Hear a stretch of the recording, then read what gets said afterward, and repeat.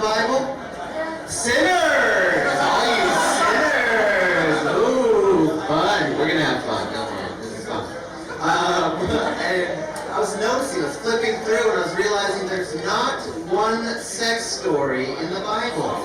It's interesting, right? Jesus is the Son of God, but he doesn't use all of his powers, you know what I'm saying? Sex powers. So I wrote some fan fiction. Let's get into it. Tall, slender boy with a slamming ass, Colton Dowling, hears a doorbell ring. He runs to the door. There stands Jesus Christ, our Lord and Savior. Colton Dowling drops to his knees. My sweet Prince of Peace. Bay monologue. Oh, Daddy, call me Father. Cut my taxes. He was a Republican guy. And then he rested. He rested through all the wars in the Middle East and all the famine in Africa. He was such a sleepy guy. Oh, good. I'm glad you guys laughed at that. I did a dance for them earlier, told some suicide jokes to them earlier. It's a marathon, and we appreciate you guys coming. Anyone from San Antonio? What?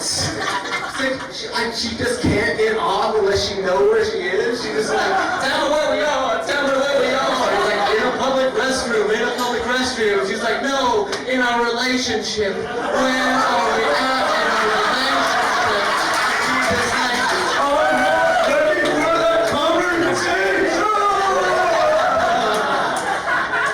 Anyways, guys, let's keep this marathon rolling. I've been Colton, thank you so much.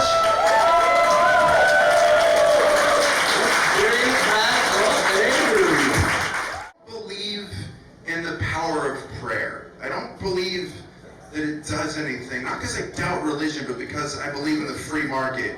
And I feel like if prayer worked, they would have found a way to monetize it. Like if prayer actually did something, I feel like there would be call centers full of dudes in Jakarta just being like, Madison really needs an A on this Latin midterm. Come on, man, they're paying me by the hour. No, okay, didn't work.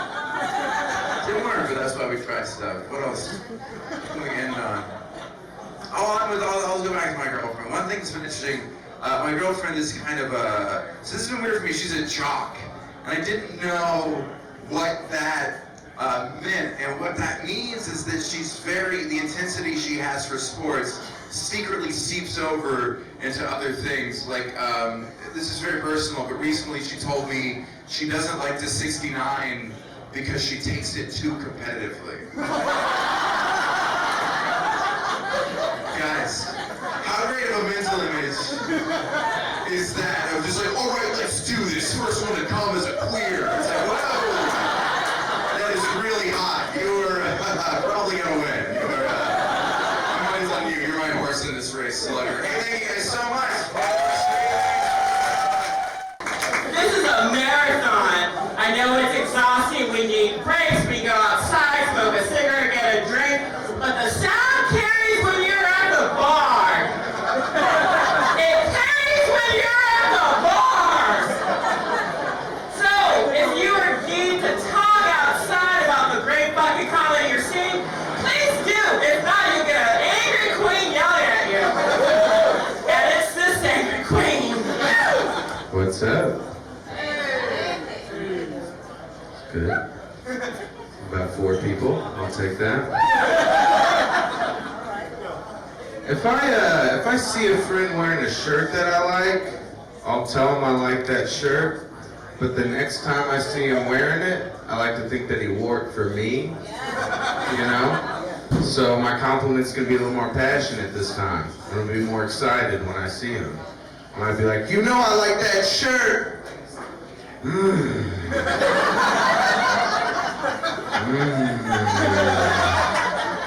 know I like that shirt. Ooh, fucking love that shirt. Fucking love that shirt. You know I like that shirt. And if you do that for like 3 minutes, they usually give you the shirt. It's a good way to get a free shirt.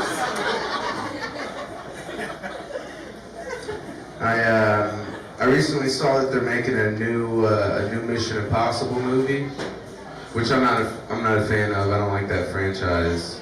For me, honestly, it's in the title, you know. Because if the mission is impossible, you can't do it, right? That's the definition of impossible. But they should call it Mission Very Difficult. But thank God for gadgets. Look at all these fucking gadgets we got. I can make something work. I like to see this next one actually be impossible, you know? Just something that can't happen at all. And Tom Cruise is sitting on the edge of a cliff, waiting for his message, and it finally shows up. And it's like, your mission, if you choose to accept it, is to be 5'8". Tom Cruise would be like, fuck, shit. Talked to so many doctors. I just don't think it's possible. Scientology will save them. I've recently been trying to find a way to make some money on the side without like actually having to work. And I came up with the brilliant idea to sell my sperm to a sperm bank, right? Because that's a factory that just keeps on giving. And they did not want it. At all, yeah. I had no idea that they were like denying sperm like that. Apparently to do that you have to have a college degree. You have to be like smart, you have to be good looking. None of it really made sense to me. It's like if I had a college degree, then I would have a job, right? If I had a job, I wouldn't feel the need to slang my baby batter on the side. For beer money, why would I even be here if I had a job? Honestly, I probably should have called ahead and asked before. Because I showed up to the sperm bank just trying to see what like the exchange rate on a quart was. Or like a half a Cool Whip container, which is all I had on me at the time. And the lady at the counter there, she was so mean. She kept going, we only want strong, smart swimmers here. That's all we're looking for, is strong and smart swimmers. It made me feel bad. Made me feel like my sperm's not good enough. Like apparently my sperm treats a vaginal canal like the lazy river at Schlitterbahn. It's just loitering at the cervix wall.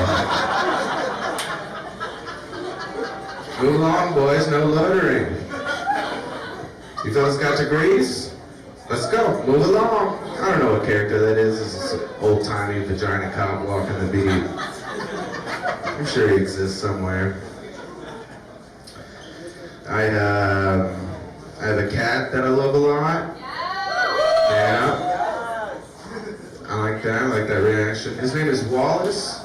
He's got a wonky eye. Basically, one of his eyes makes too many eye boogers, so it's always like partially closed or all the way closed. He's kind of like a little Cat Forrest Whitaker. Just always has a little stink eye to him, you know? And when I first got him as a kid, I took him to the vet to see if there's anything they could do about it. And the vet was like, yeah, he can still see out of it. He just, you know, might feel some discomfort from time to time. There's a surgery we could do to try to fix it. It costs about $2,000. He could have just stopped talking right there, right? Because I don't even have health insurance, you know? My cat's not going to get the elective eye surgery based on comfort level. It's just not going to happen.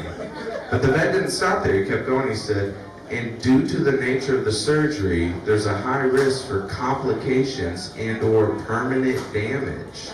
So I was like, what? Due to the nature of the surgery, why does it even exist? And I feel like he could have basically said, yeah, we could operate, but cat eyes are so small, we usually fuck them up. If I'm being honest with you. More times than not, we fuck them up. They don't even make scalpels that small. We have to use those little plastic swords that hold sandwiches together.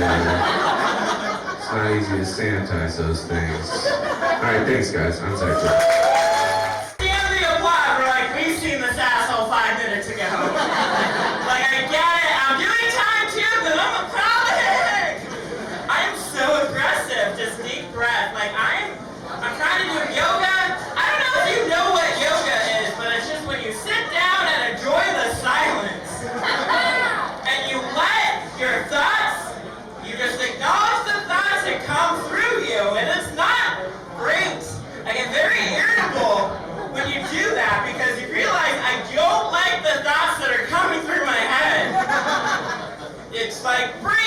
like, remember that time that your dad beat you? I'm like, great.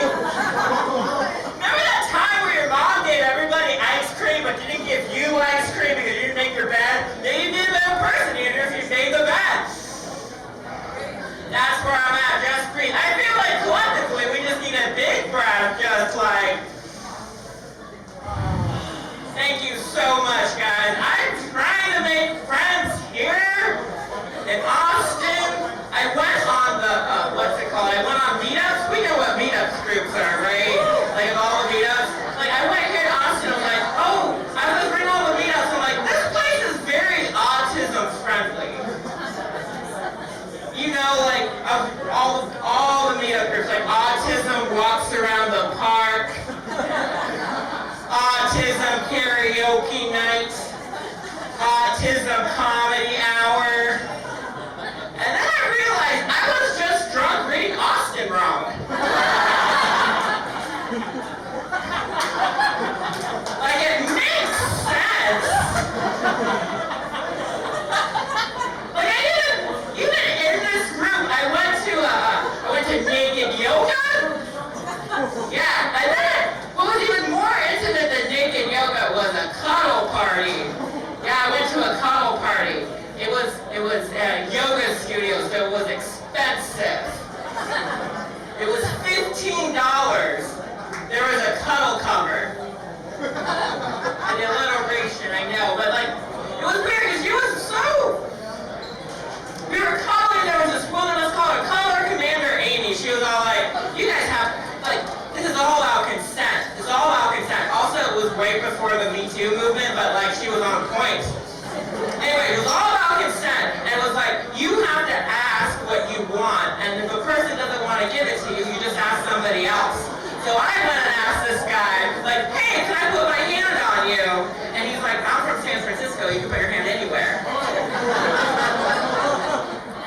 That was crazy. And Cuddler Commander Amy, she kept on saying, like, this is non-consent, this is non-sexual cuddling. It's non-sexual cuddling. It's non-sexual cuddling. Well, I took the guy from San Francisco home. I made it sexual. I'm also on Grindr a lot. We know what Grindr is. It's like Tinder, but easier. I didn't know all the acronyms. Like, I had to look up what DTF was. Yeah, it means down to friendship. Okay, boy,